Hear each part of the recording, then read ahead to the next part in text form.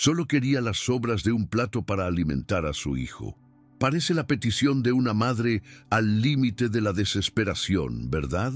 Pero, ¿y si les dijera que el hombre poderoso sentado en esa mesa, el dueño de esas sobras, era el mismo que, sin saberlo, ya le había destrozado la vida? Lo que ocurrió esa noche, en una sencilla taquería de barrio, gracias a un gesto de humildad y una oferta de ayuda, desencadenó una avalancha que sacudió un imperio. Esta es la historia que cambió para siempre el destino de un magnate frío que lo tenía todo, de una madre que lo había perdido todo menos su dignidad, y de la impactante verdad que los unió sin que ellos lo supieran. Antes de entrar en detalles, suscríbete al canal, deja tu like para fortalecerlo y cuéntame en los comentarios. ¿Crees que un solo encuentro puede cambiarlo todo? El aire dentro del Rolls Royce de Arturo Castillo era igual que el resto de su vida. Filtrado, silencioso y con temperatura controlada, sin conexión con el mundo exterior. A través del cristal tintado, las vibrantes luces de Tijuana pasaban como una mancha de neón. Un espectáculo del que no formaba parte, solo un espectador. Era dueño de un imperio inmobiliario que estaba transformando la ciudad, erigiendo torres de cristal y acero que prometían un futuro próspero, pero su propio futuro parecía un camino perfectamente pavimentado hacia un precipicio de vacío. El éxito, comprendió esa noche con dolorosa claridad, tenía un peso específico, el peso de los fantasmas de apartamentos de lujo vacíos, de acuerdos cerrados con apretones de manos sin calidez y de un silencio en su ático más ensordecedor que cualquier sonido de la vibrante metrópolis que se extendía bajo sus pies. Tenía todo lo que un hombre podría desear, y la cruel ironía era que su único deseo verdadero era sentir algo, cualquier cosa, que le recordara que seguía vivo. Fue un impulso, una rebelión repentina contra la tiranía de su propia rutina. En lugar de ordenarle a su chofer que se dirigiera a uno de los restaurantes de alta cocina, donde su nombre garantizaba la mejor mesa y un trato servil, Arturo dio una orden que incluso lo sorprendió a él mismo. Pidió simplemente conducir sin rumbo, lejos del brillo pulido de los barrios ricos, hacia las arterias más antiguas y vibrantes de la ciudad. Quería perderse en las calles que no figuraban en sus catálogos de inversión, en los lugares donde la vida realmente transcurría, con sus imperfecciones, sus olores y sus colores no planificados por un diseñador de interiores. Cada cuadra que atravesaba el lujoso coche se sentía como una capa de su propia identidad que se desprendía. El cuero italiano, el tablero de madera fina, todo se sentía como un disfraz, una armadura que le impedía tocar el mundo real. Sentía una necesidad casi física de salir de esa burbuja, de respirar aire que no se reciclaba, de escuchar una voz que no estaba calculada para complacerlo. El lugar parecía un espejismo de autenticidad en medio de una calle modesta, encajado entre una farmacia y un taller mecánico. Taquería El Buen Corazón, decía el letrero, con algunas letras parpadeando vacilantes como si estuvieran cansadas. No había valet parking en la puerta, solo vapor escapando de la ventana, trayendo consigo la promesa de comida de verdad. Arturo hizo que el conductor se detuviera a una cuadra, en un intento instintivo de no profanar este pequeño santuario de normalidad con el ostentoso símbolo de su riqueza. Al bajar del coche, los sonidos de la ciudad lo impactaron por primera vez esa noche. Música ranchera proveniente de un coche que pasaba, las risas de un grupo en la acera, el lejano chisporroteo de la carne en la parrilla. Se ajustó el traje caro, sintiéndose absurdamente fuera de lugar. Un actor que se había equivocado de escenario, pero siguió caminando hacia la puerta de cristal empañada, impulsado por una curiosidad más fuerte que su incomodidad. Al abrir la puerta, una oleada de calor y ruido lo invadió, un contraste tan marcado con el silencio de su coche que se detuvo un momento, parpadeando. El aire estaba cargado de aroma a cilantro fresco, cebolla asada y maíz, una combinación que era la esencia misma de la comida callejera mexicana. El local era pequeño, con mesas de fórmica y sillas de metal, y cada una estaba ocupada por personas reales. Familias enteras compartían platos, amigos chocaban botellas de cerveza, y el sonido de sus conversaciones se mezclaba con el silbido de la cocina abierta al fondo, donde un hombre corpulento trabajaba arduamente. Nadie pareció notar al hombre del traje de diseñador que estaba de pie en la puerta. Allí no era Arturo Castillo, el magnate, era solo un extraño, una figura anónima que buscaba un lugar donde sentarse. Encontró una pequeña mesa vacía en la esquina, un punto estratégico perfecto, y se sentó, sintiendo que los nudos en sus hombros se relajaban por primera vez en años. Desde su rincón, Arturo se convirtió en un silencioso espectador de la vida. Observó a un padre intentar sin éxito limpiar la cara manchada de salsa de su hijo pequeño, mientras ambos reían. Observó a dos mujeres mayores charlando animadamente sobre una telenovela, gesticulando con las manos. Cada escena era un pequeño fragmento de conexión humana, simple y genuina, de esas que el dinero no puede comprar y que sus contactos comerciales jamás podrían proporcionar. Eran interacciones basadas en el afecto y la historia compartida, no en las ganancias y las pérdidas. Pidió un plato de tacos al pastor, no por hambre, sino para tener una razón para quedarse, para empaparse del ambiente.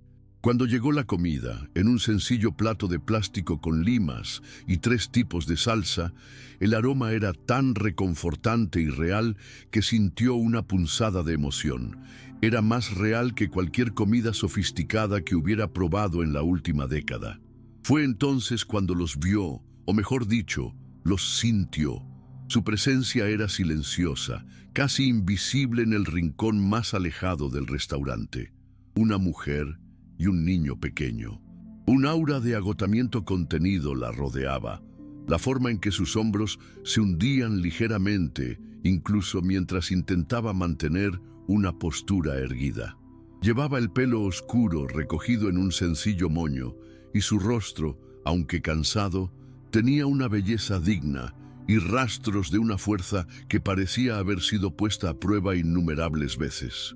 El niño, que no tendría más de 5 o 6 años, estaba sentado en silencio a su lado, sus grandes ojos oscuros escudriñando la sala, deteniéndose un instante en cada plato de comida que pasaba.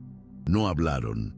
Su comunicación se componía de pequeños toques, un suave roce en el hombro del niño, una mirada que transmitía un universo de mensajes silenciosos que Arturo no podía descifrar, pero que sentía en su esencia. La mirada de Arturo, casi contra su voluntad, volvía una y otra vez a la madre y al hijo. Él, acostumbrado a evaluar a las personas por su potencial de inversión o su utilidad para su red, se sintió completamente cautivado por una escena que no ofrecía ninguna de las dos cosas. Vio cómo la mujer, Elena, acariciaba el cabello de su hijo Carlitos con los dedos, un gesto inconsciente de protección y amor infinito. Vio la dignidad en su pobreza, una cualidad que lo impactó con la fuerza de una revelación. No había rastro de la resignada desesperación que a veces veía en las calles.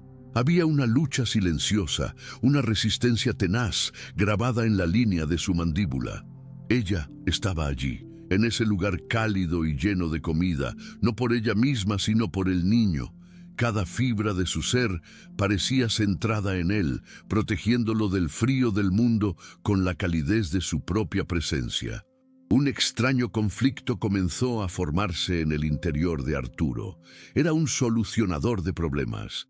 Sin embargo, sus problemas solían resolverse con una transferencia bancaria, una orden a un subordinado, la firma de un contrato. Esta situación era delicada, frágil.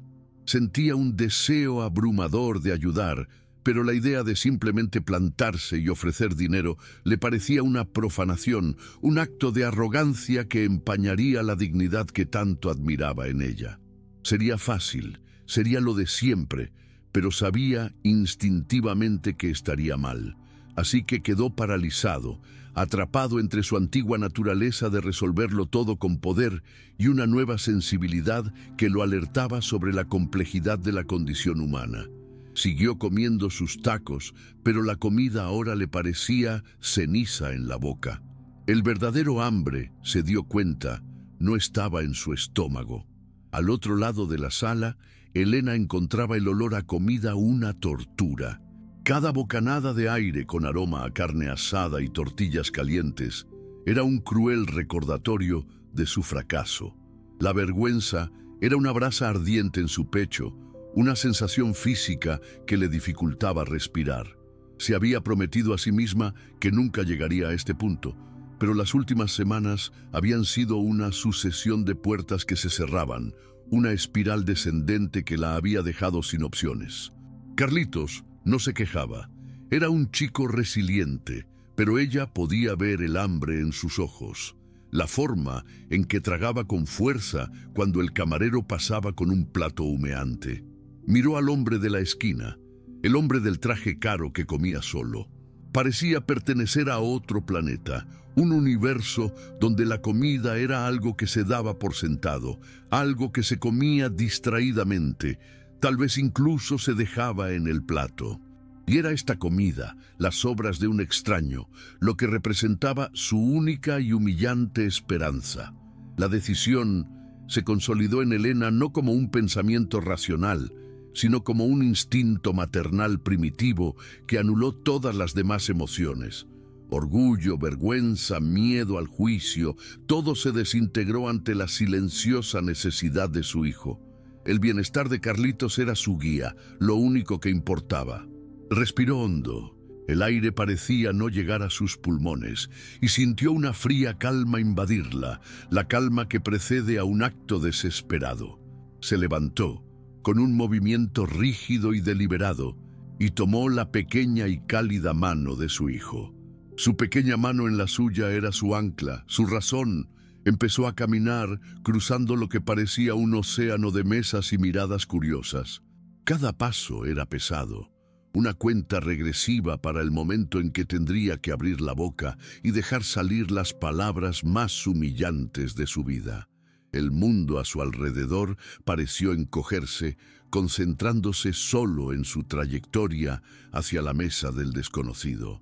Querido oyente, si te gusta la historia, dale a me gusta y sobre todo suscríbete al canal. Esto nos ayuda mucho a quienes estamos empezando y a quienes seguimos.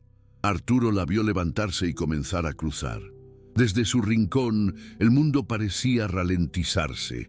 Cada paso que Elena daba hacia él era mesurado, deliberado, y parecía resonar en el desgastado suelo de baldosas del restaurante. Sintió que su propio corazón, una máquina perezosa y aburrida, empezaba a latir más rápido, un tambor de anticipación y miedo indefinido. Él, un hombre que se enfrentaba a juntas directivas y rivales corporativos con una calma glacial, se sentía completamente desarmado. Se preparó para la exigencia de dinero, para la historia triste, para la súplica que podría resolver con un gesto de su billetera. Pero al acercarse, vio algo que no encajaba en ese guión. Vio la dignidad en su postura, la determinación en su barbilla levantada y la forma en que su mano sostenía la de su hijo, no como si arrastrara un peso, sino como si protegiera un tesoro. Era el andar de una reina destronada, no el de una mendiga. Cuando por fin se detuvo junto a su mesa, el bullicio del restaurante pareció desvanecerse por completo, creando una burbuja de intenso silencio solo para los tres. El espacio entre ellos se llenó de la electricidad de mundos en colisión. Arturo percibió el tenue aroma a jabón barato y su cansancio. Elena, a su vez, se sintió impactada por la vista de cerca del plato a medio comer. La carne, el queso fundido, la cebolla picada. Era tan real, tan cercano, que se le secó la boca y se le contrajo el estómago en un doloroso retortijón de hambre y vergüenza. Escondido tras la pierna de su madre, Carlitos acechaba, con la mirada fija no en el hombre, sino en la comida. Elena tuvo que usar todas las fuerzas que le quedaban para apartar la mirada del plato y levantarlo hasta encontrarse con la suya. Enfrentarlo fue lo más difícil. Fue admitir su derrota ante un completo desconocido, un espectador de su más profunda humillación. «Disculpe, señor». Su voz salió, y para sorpresa de Arturo, no era temblorosa ni quejosa. Era baja, un poco ronca por la falta de uso, pero firme. Había un eco de antigua autoridad en ella, tal vez de un aula o de un lugar donde alguna vez su voz había sido escuchada y respetada. El precio de esas palabras, sin embargo, era visible en la tensión alrededor de sus labios. «Veo que no va a terminar su comida». Hizo una pausa, tragando saliva con dificultad, el sonido apenas audible en el silencio que los envolvía. Me preguntaba si podría llevarle sus sobras a mi hijo. No ha comido nada hoy. La frase fue dicha sin florituras, sin melodrama. Fue la constatación de un hecho, una verdad contundente que golpeó a Arturo con la fuerza de un puñetazo en el estómago, dejándolo sin aliento y rompiendo la cúpula de cristal en la que vivía. Un torrente de emociones, violento y desconocido, inundó a Arturo. Primero, una oleada de vergüenza tan intensa que lo hizo sonrojar, vergüenza por su riqueza, por el plato de comida que apenas había probado, por su propia y patética crisis existencial ante un hambre tan real e inmediata. Luego, una admiración abrumadora por la valentía de aquella mujer, por su capacidad de tragarse su orgullo por amor a su hijo. No vio a una mendiga ante él, vio a una leona, a una guerrera, una figura de fuerza casi mitológica, y finalmente una profunda tristeza, un dolor que no era por ella, sino por sí mismo, por haber vivido tanto tiempo tan lejos de la verdad fundamental de la vida. El hombre de negocios calculador, el hombre de respuestas rápidas y soluciones eficientes, desapareció. En ese instante fue solo un hombre confrontado por una humanidad tan pura que lo dejó completamente sin palabras, expuesto y vulnerable. Su boca se abrió y se cerró silenciosamente por un instante. Sus viejos instintos le gritaban que sacara la billetera, que resolviera el problema con los billetes, su herramienta universal. Pero sabía que hacerlo sería un insulto, una forma de menospreciar el monumental acto de valentía que acababa de presenciar. Miró a Elena a los ojos y luego a los enormes ojos de Carlitos que ahora lo observaban con solemne curiosidad. La decisión surgió de un nuevo lugar dentro de él, un lugar que desconocía. En lugar de responder a su pregunta, Arturo le tendió la mano, no para darle nada, sino como una invitación. Señaló la silla vacía frente a él. «Por favor», dijo, con una voz que le sonó extraña, más suave de lo habitual. «Siéntate. Nadie comerá sobras esta noche. Pide lo que quieras». La oferta de Arturo quedó suspendida en el aire, tan inesperada que Elena retrocedió instintivamente, como si las palabras pudieran quemarla. Su mente, preparada para una fría negativa o, en el mejor de los casos, una humillante limosna, no pudo procesar la invitación. ¿Cenar? ¿Con él? La desconfianza sustituyó de inmediato a la vergüenza. ¿Era una trampa? ¿Un juego cruel de un rico aburrido? Su instinto maternal, agudizado por la adversidad, se puso en alerta máxima. ¿Qué quería él a cambio? Nadie hacía nada a cambio de nada. Esa era la lección más dura que la vida le había enseñado. Examinó su rostro, buscando el destello de burla, el indicio de engaño, pero no encontró nada. En cambio, vio confusión en sus ojos. Una vulnerabilidad casi impactante, un reflejo de su propia confusión interior. Parecía tan perdido como ella se sentía. Fue la pequeña mano de Carlitos la que rompió el impas. El niño, con la lógica simple y directa de un niño hambriento, no vio trampas ni segundas intenciones.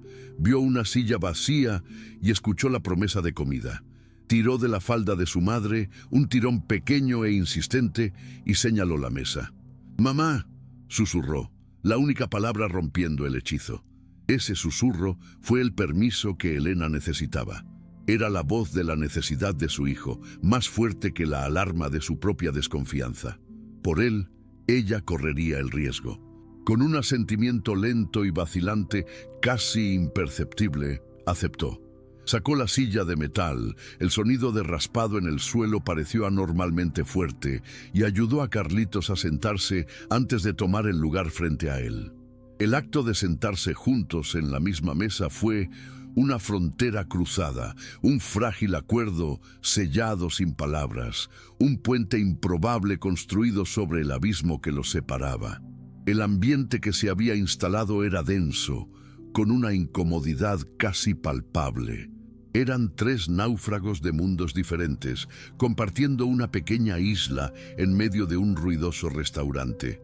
Arturo, al darse cuenta de que controlaba la situación, le hizo una discreta señal al camarero. Cuando el hombre se acercó, Arturo no tomó el control como lo haría en cualquier otra situación. Se giró hacia Elena. «¿Qué te gustaría comer?», preguntó, con un tono cuidadosamente neutral, respetuoso. Elena, sorprendida por la deferencia, murmuró: «Cualquier cosa está bien, el reflejo de quien ha perdido la costumbre de elegir». Pero Arturo insistió con suavidad, mirando al chico. «¿Y tú, campeón? ¿Qué te parece bien?». Al darles el poder de elección, por pequeño que fuera, estaba, sin saberlo, empezando a devolverles la dignidad que la vida les había robado. Mientras esperaban la comida, la conversación intentaba surgir, pero moría en frases cortas y silencios densos. Arturo aprendió sus nombres, Elena y Carlitos. Los repetía para sí mismo, sintiendo su peso. Ya no eran el arquetipo de madre e hijo pobres, eran individuos, eran Elena y Carlitos. Hizo preguntas sencillas, intentando que no sonaran interrogativas, pero su curiosidad por ella era inmensa. ¿De dónde era? ¿A qué se dedicaba? Elena, en cambio, era una fortaleza de respuestas cortas y evasivas. Su pasado era un territorio doloroso que no estaba dispuesta a compartir con un desconocido, por muy amable que pareciera. Estaba más interesada en observarlo, intentando comprender el enigma de este hombre rico que parecía tan triste y que, por alguna razón inexplicable, los había invitado a su mesa, cambiando el curso de su velada y quizás de mucho más. La llegada de la comida fue una bendición, un acontecimiento que rompió la tensión con el aroma a carne fresca y tortillas calientes. Dos platos generosos se colocaron ante Elena y Carlitos, junto con un vaso grande de horchata para el niño. La expresión en el rostro de Carlitos, al ver la comida frente a él, fue de puro asombro. Tomó el taco con sus dos pequeñas manos y le dio un mordisco, cerrando los ojos en éxtasis. Elena observaba cada movimiento de su hijo, y una lágrima silenciosa escapó de sus ojos y corrió por su mejilla, una lágrima de alivio tan profunda que casi le dolía. Arturo presenció la escena y sintió que algo se rompía en su interior.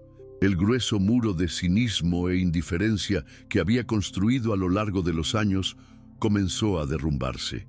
Ese simple acto de compartir una comida, de presenciar la alegría de un niño saciando su hambre, se sintió más real e infinitamente más importante que cualquier negocio que hubiera hecho.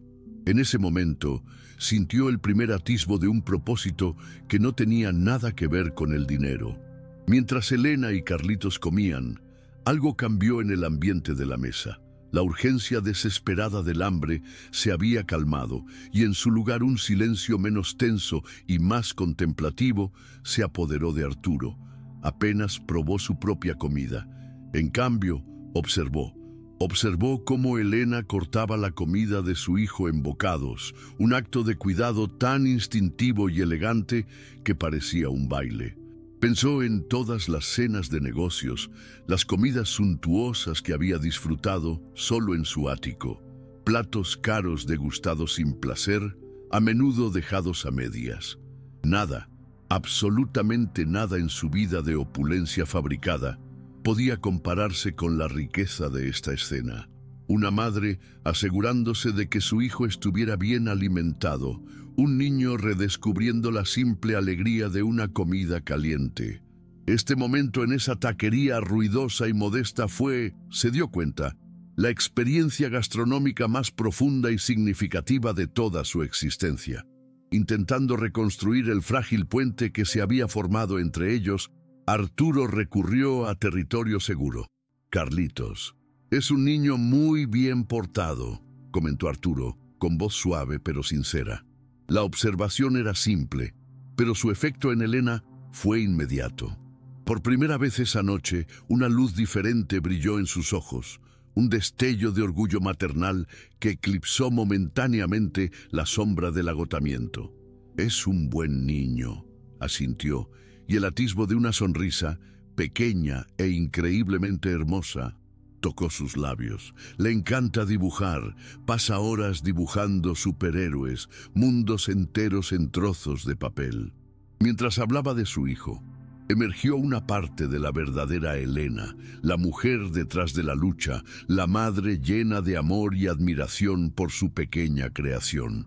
Para Arturo, ese atisbo de su sonrisa fue como ver el sol abrirse paso entre las nubes después de una larga tormenta. Envalentonado por esa pequeña oportunidad, Arturo dio un paso hacia ella, no con preguntas, sino compartiendo. Deseaba desesperadamente que lo viera, no como un proveedor ni una figura de poder, sino como un ser humano. «De niño», comenzó sorprendiéndose con la confianza, «mi abuela hacía un pozole que juraba que podía curar cualquier cosa.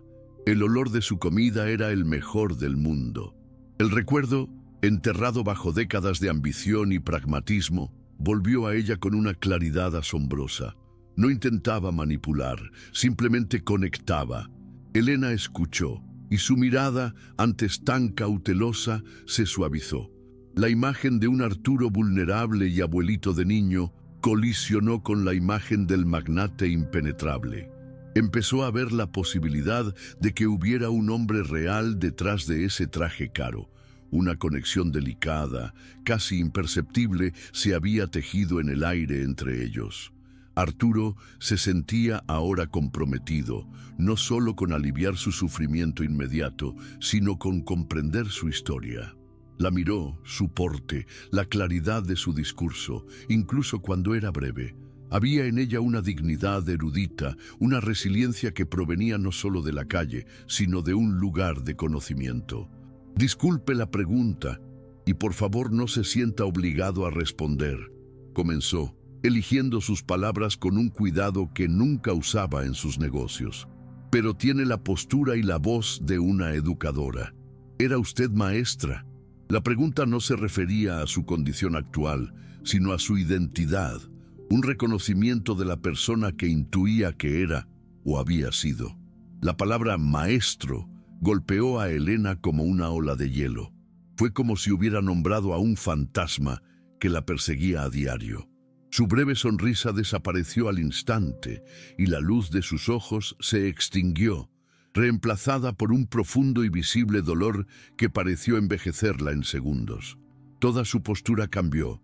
Sus hombros se hundieron ligeramente, como si el peso de aquella identidad perdida hubiera regresado de golpe. Apartó la mirada de él y fijó la suya en sus manos, que descansaban sobre la mesa. Tras una larga pausa, respondió, con la voz apenas un susurro lastimero: «Yo era».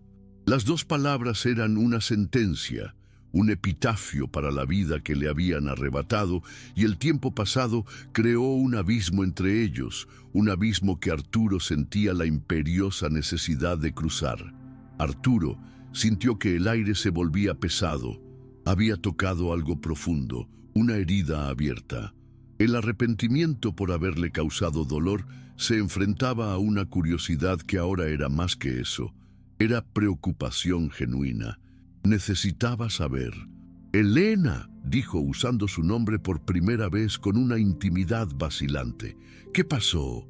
Su tono no era invasivo, no el de un hombre rico que exige una historia para su entretenimiento. Era el tono de un ser humano que pregunta a otro sobre su dolor. Elena lo miró y durante un largo momento se debatió internamente. Confiar en un extraño era un riesgo, pero su mirada contenía una empatía tan inesperada, tan palpable, que el dique de silencio que había construido alrededor de su corazón finalmente cedió.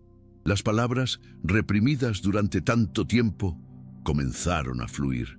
«Era una escuela», comenzó, su voz cobrando fuerza a medida que se aferraba al recuerdo.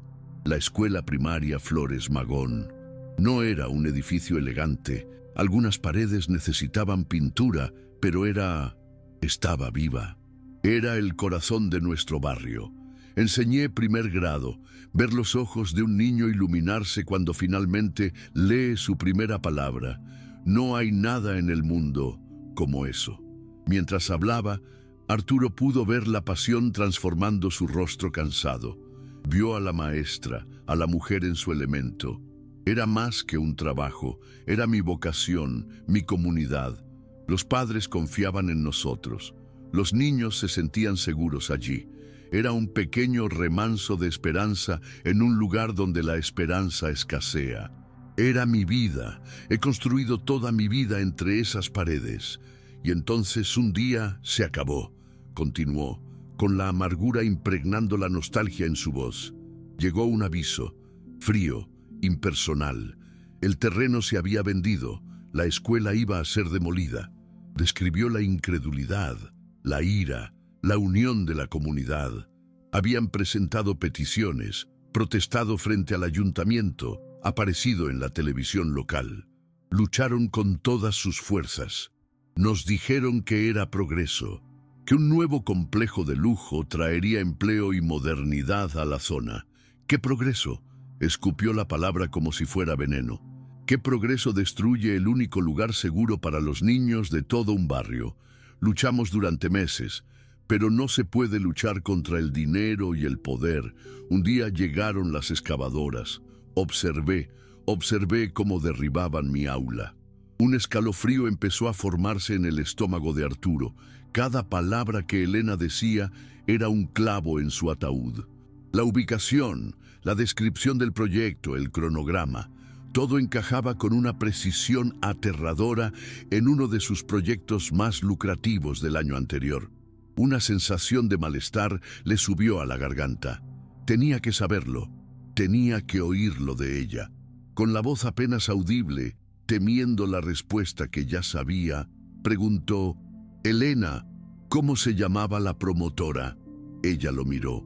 El dolor en sus ojos se mezclaba con el recuerdo de una rabia impotente. Pronunció el nombre que para ella era sinónimo de destrucción, pero para él era el nombre de su propio legado, el nombre grabado en oro en la puerta de su oficina. «Castillo Desarrollos», dijo.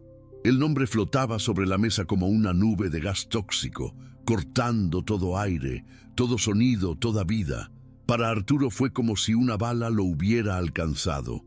Castillo Desarrollos, su nombre, su imperio. El chisporroteo de la cocina se desvaneció. La risa de una mesa cercana se silenció. Todo lo que podía oír eran los ecos de esas dos palabras en su cabeza. Su rostro, que momentos antes había sido cálidamente compasivo, perdió todo color, convirtiéndose en una máscara de puro horror y autodesprecio. Miró a Elena, la mujer cuya dignidad tanto había admirado, y ya no la vio como una extraña, sino como una víctima directa de su propia ambición ciega. Y Elena, al ver su reacción, la forma en que retrocedió físicamente al oír el nombre, la forma en que la conmoción le drenó la vida del rostro, lo comprendió todo en un terrible instante. El hombre que la había salvado de la humillación esa noche fue el arquitecto de su caída.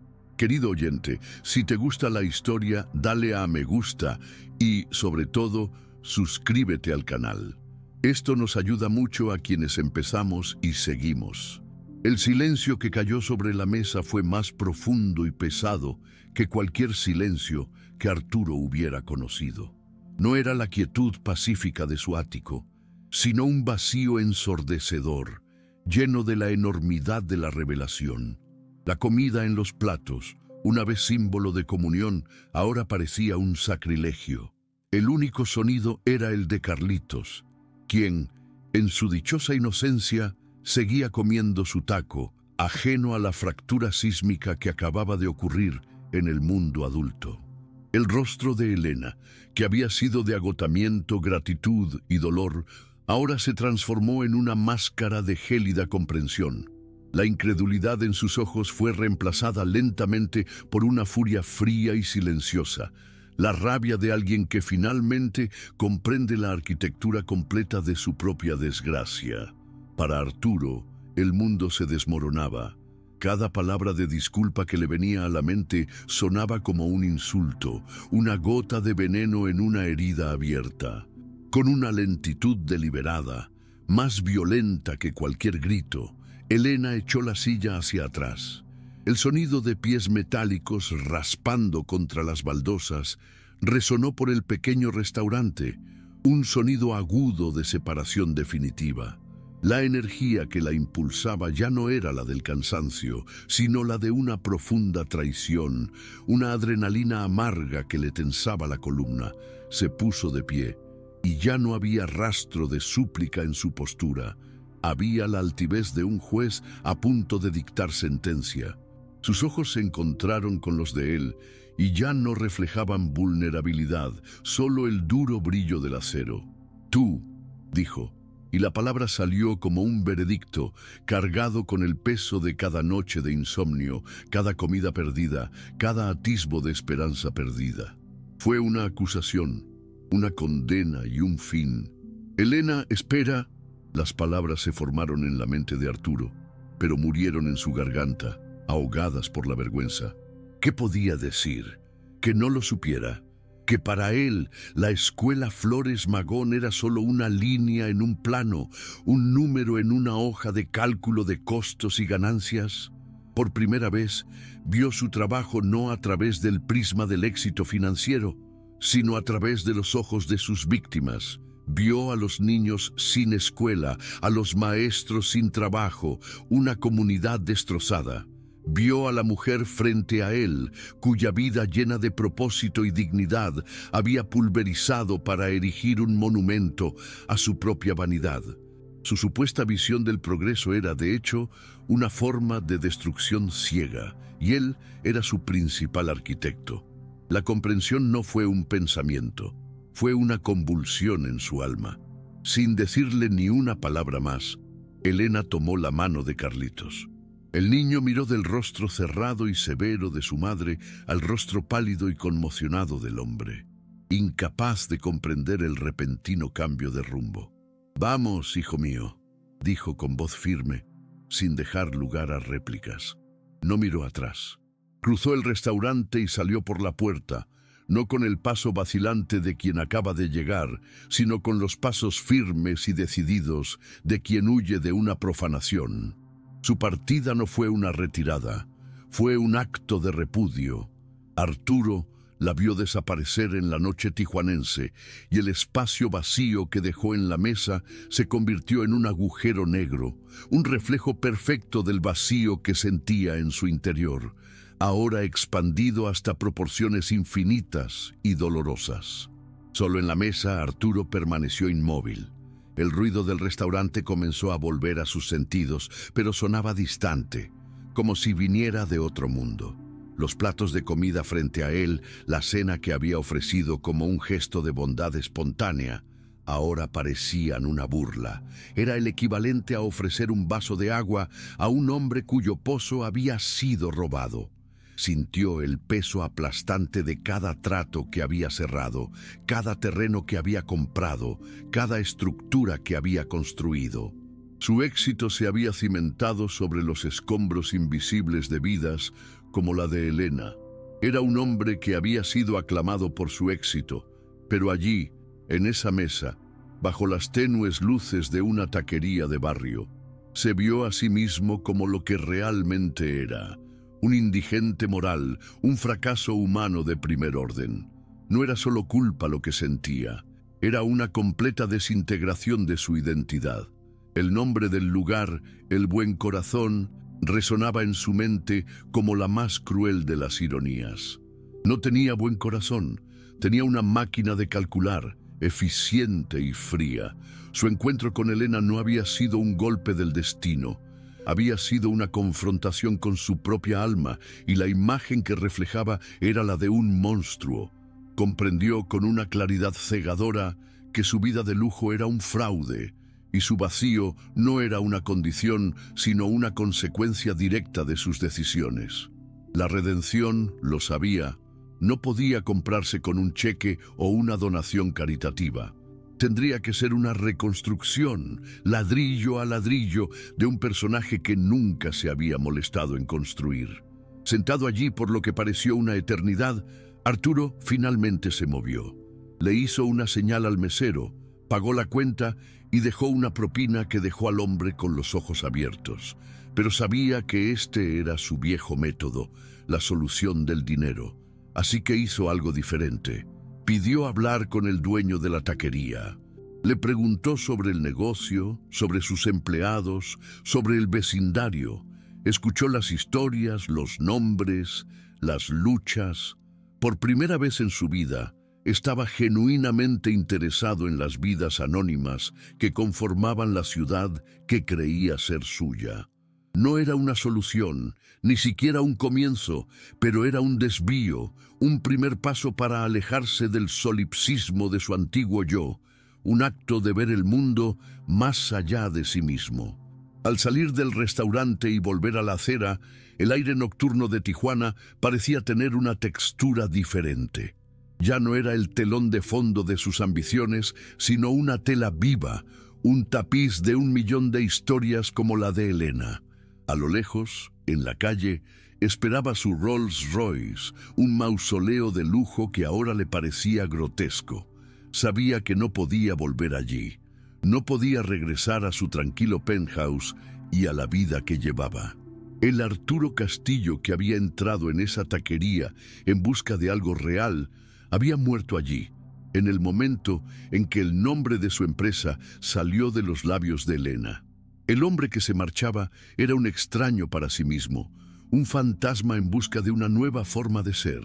No tenía ni idea de cómo reencontrar a Elena, y aunque lo hiciera, ¿qué diría? Sabía que el perdón era una montaña que quizá nunca escalaría, y que quizá ni siquiera lo mereciera. Pero en aquella esquina, bajo las farolas, un nuevo sentimiento empezó a florecer de las ruinas de su antigua vida, reemplazando el vacío. Un propósito que no se medía en metros cuadrados ni en rentabilidad. Era una misión para intentar reparar lo que había roto, no solo con dinero, sino con acción, con tiempo, con humildad. Su redención no sería un acontecimiento único y grandioso, sino una larga y difícil peregrinación, un intento de hacerse merecedor del perdón que ni siquiera se atrevía a pedir. Arturo levantó la vista y vio, a lo lejos, la silueta de una de sus torres de apartamentos, reluciendo contra el cielo nocturno, un obelisco de su vana ambición. Por primera vez, no sintió orgullo, sino una profunda y abrumadora vergüenza. Entonces miró hacia abajo, a la oscura calle por donde habían desaparecido Elena y Carlitos, un camino de incertidumbre, dolor y dignidad. Sabía, con una certeza absoluta que nunca había sentido en ninguna reunión de negocios, qué dirección debía tomar. Su viaje ya no era acumular poder ni riqueza, era despojarse de todo eso en busca de algo infinitamente más valioso. Alejándose del brillo de su imperio, Arturo Castillo dio el primer paso hacia las sombras, no hacia el vacío, sino hacia la pequeña y frágil posibilidad de encontrar un buen corazón al que llamar suyo. Ella no buscaba venganza, solo la supervivencia de su hijo. Él no buscaba redención, solo alivio a su vacío. Pero en este encuentro improbable, un imperio de cristal comenzó a derrumbarse, para dar paso a la oportunidad de un hombre de reconstruirse, y la dignidad de una mujer se reafirmó como la más inquebrantable de las fortalezas. A veces, el éxito nos ciega, construyendo muros que nos aíslan de la verdad de nuestras propias acciones. Pero la vida, en su impredecible sabiduría, siempre encuentra la manera de ponernos cara a cara con nuestro reflejo en los ojos de los demás. Es en este espejo donde redescubrimos lo que el dinero no puede comprar: la fuerza inquebrantable de la dignidad, el verdadero peso de nuestras decisiones y el coraje de dejar el podio para emprender el largo camino de la redención. Si esta historia te conmovió al transformar los destinos de Arturo, Elena y el pequeño Carlitos, suscríbete al canal para no perderte otros viajes que nos desafían e inspiran. Historias que nos recuerdan que el verdadero valor no está en lo que construimos, sino en quienes nos convertimos cuando estamos dispuestos a ver al ser humano detrás de cada muro.